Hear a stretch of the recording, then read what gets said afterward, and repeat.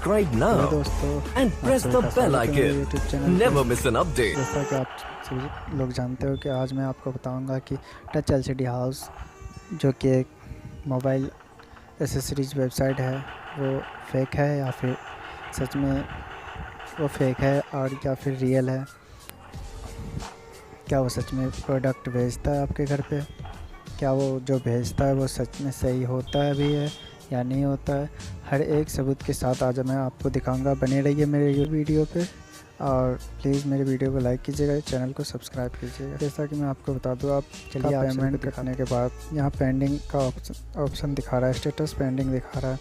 ये ना 28 घंटे तक पेंडिंग में ही रहा था। जब मैं बहुत डर गया था, मैं भी यूट्यूब पे वीडियो तलाश कर रहा था। मैं भी सोचा कहीं ठगी तो नहीं हो गया, मेरे पास क्या है, फेक वेबसाइट तो नहीं है।